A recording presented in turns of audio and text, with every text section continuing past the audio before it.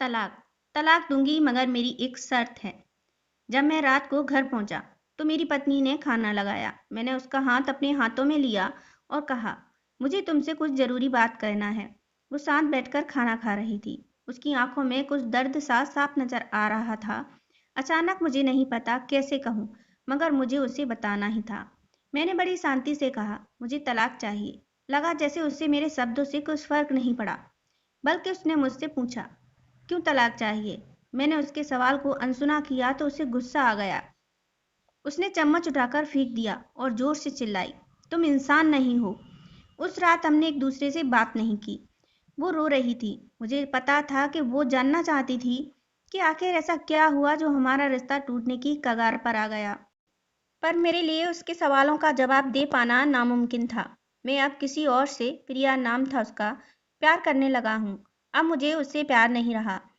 मैंने उसे उसके वर्षों के प्यार की सजा दी थी। भरे मन से मैंने तलाक के पेपर तैयार किए।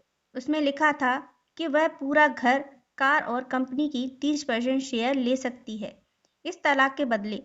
लेकिन उसने उन पेपर्स को देखा और उनके टुकड़े टुकड़े कर दिए। वो औरत जिसने मेरे साथ जीवन के 10 साल बिताए थे, वो आज मेरे लिए अनजान हो चुकी थी। मुझे इन 10 सालों का जो उसने मेरे लिए बर्बाद किए, मगर मैं क्या करूं। जो हो चुका उसे मैं बदल नहीं सकता था, क्योंकि मैं किसी और से, अपनी पत्नी से भी ज्यादा प्यार करने लगा था।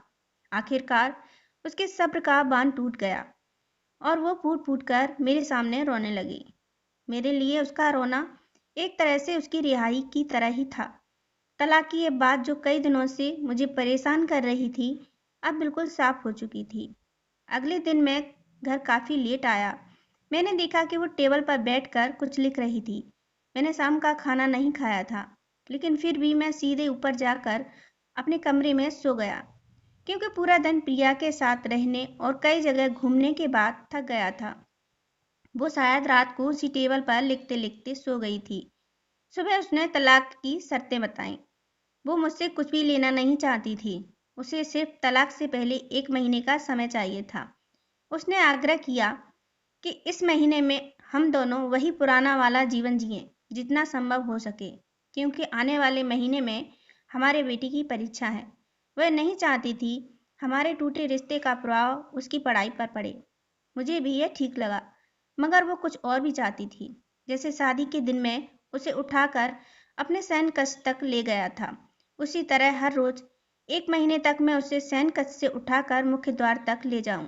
मुझे लगा यह पागलपन है, मगर इन आखिरी दिनों को थोड़ा अच्छा बनाने के लिए मैंने उसकी यह शर्त स्वीकार कर ली।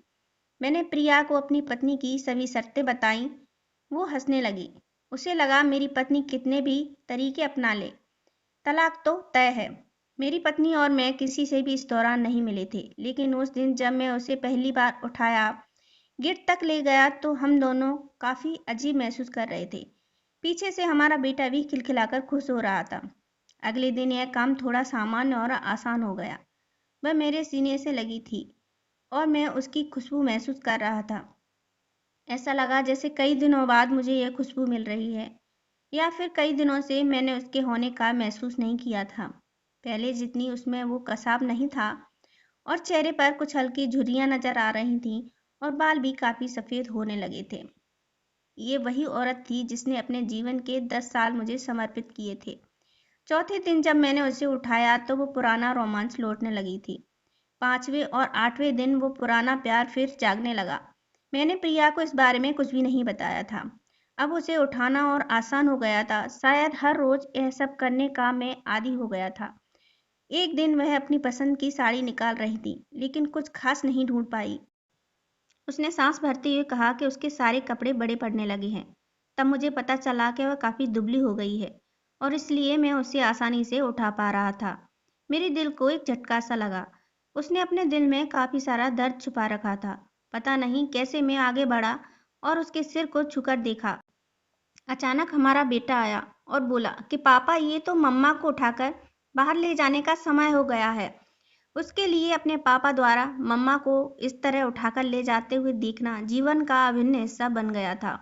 मेरी बीवी ने हमारे बच्चे को बुलाया और जोर से उसे गले लगा लिया।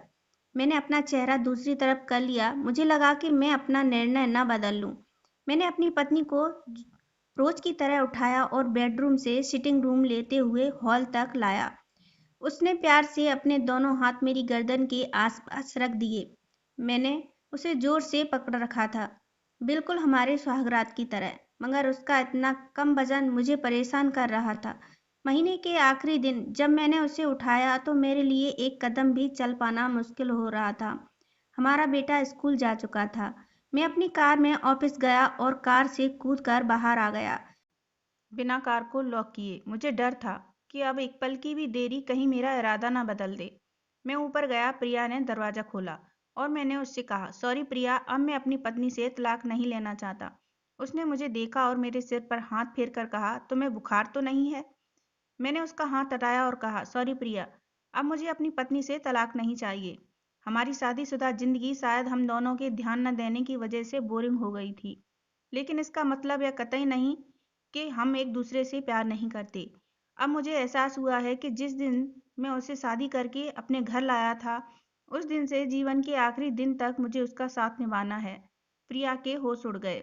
उसने मुझे एक जोरदार चांटा जड़ दिया मेरे मुंह पर। वह रोने लगी और दरवाजा अंदर से बंद कर लिया। मैं सीढ़ियों से नीचे उतरा और आकर अपने कार में बैठ गया।